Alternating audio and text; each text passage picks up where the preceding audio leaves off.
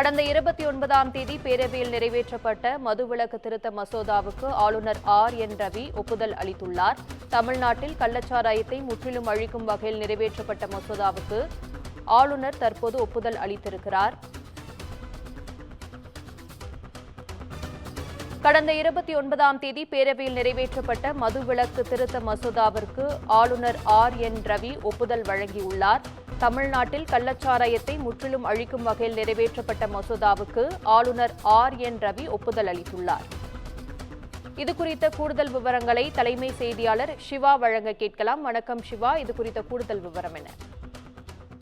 சுகன்யா, கள்ளக்குறிச்சி கள்ளச்சாராயம் குடித்து உயிரிழந்தவர்களுடைய எண்ணிக்கை என்பது 65ஐ கடந்திருந்த நிலையில தமிழ்நாட்டில் மதுவிலக்கு திருத்த மசோதா என்பது தமிழ்நாடு அரசால் கடந்த சட்டமன்ற கூட்டத்தொடரின் போது கொண்டு வரப்பட்டது.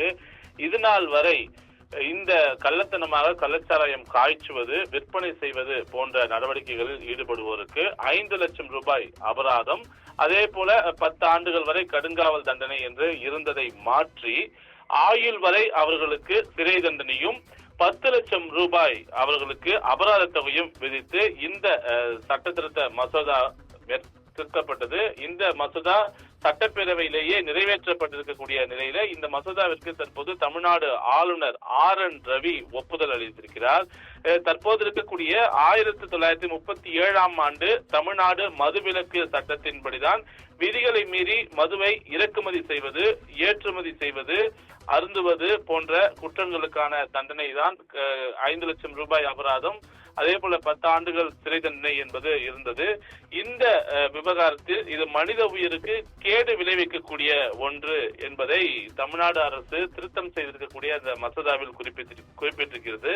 அது மட்டுமல்லாமல் கள்ளச்சாராயத்தை தயாரித்தாலோ அதனை உடைமையில் வைத்திருந்தாலோ விற்பனை செய்வது போன்ற வழக்கமாக ஈடுபடக்கூடிய குற்றங்களுக்கு இந்த தண்டனை என்பது தற்போது ஆயுள் வரை கடுங்காவல் தண்டனை என்பது சட்டத்தில் மாற்றப்பட்டிருக்கிறது, சட்ட திருத்தமாக கொண்டு வரப்பட்டிருக்கிறது.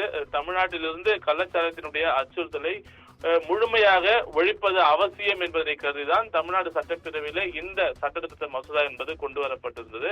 எனவே இந்த சட்ட திருத்த மசோதாவுக்கு தற்போது தமிழ்நாடு ஆளுநர் RN ரவி ஒப்புதல் வழங்கியிருக்கிறார். எனவே இனி முதல் கொண்டு அடுத்தடுத்த நாட்களில், அதாவது எதிர்காலத்தில் இந்த கள்ளச்சாராயத்தை காய்ச்சுவது, விற்பனை செய்வது, தங்களுடன் வைத்திருப்பது போன்று காவல்துறையால் கண்டுபிடிக்கப்பட்டால் அவர்களுக்கு புதிய சட்ட திருத்த மசோதாவின்படி தற்போது ஆளுநர் ஒப்புதல் அளித்திருக்கக்கூடிய இந்த திருத்த மசோதாவின்படிதான் அவர்களுக்கான தண்டனை என்பது வழங்கப்படும் என்ற ஒரு அதிகாரப்பூர்வ ஒரு விஷயமாகவே இது பார்க்கப்படுகிறது. எனவே தமிழ்நாடு சட்டப்பேரவையில் ஒரு மசோதா, ஒரு சட்டம் நிறைவேற்றப்பட்டாலும் கூட அது ஆளுநருடைய ஒப்புதல் பெற்றால்தான் முழுமையாக சட்டமாக மாறும். அந்த அடிப்படையிலேயே இந்த மதுவிலக்கு திருத்த மசோதாவுக்கு தற்போது தமிழ்நாடு ஆளுநர் RN ரவி ஒப்புதல் வழங்கி இந்த சட்டத்திற்கு உயிரூட்டி இருக்கிறார்.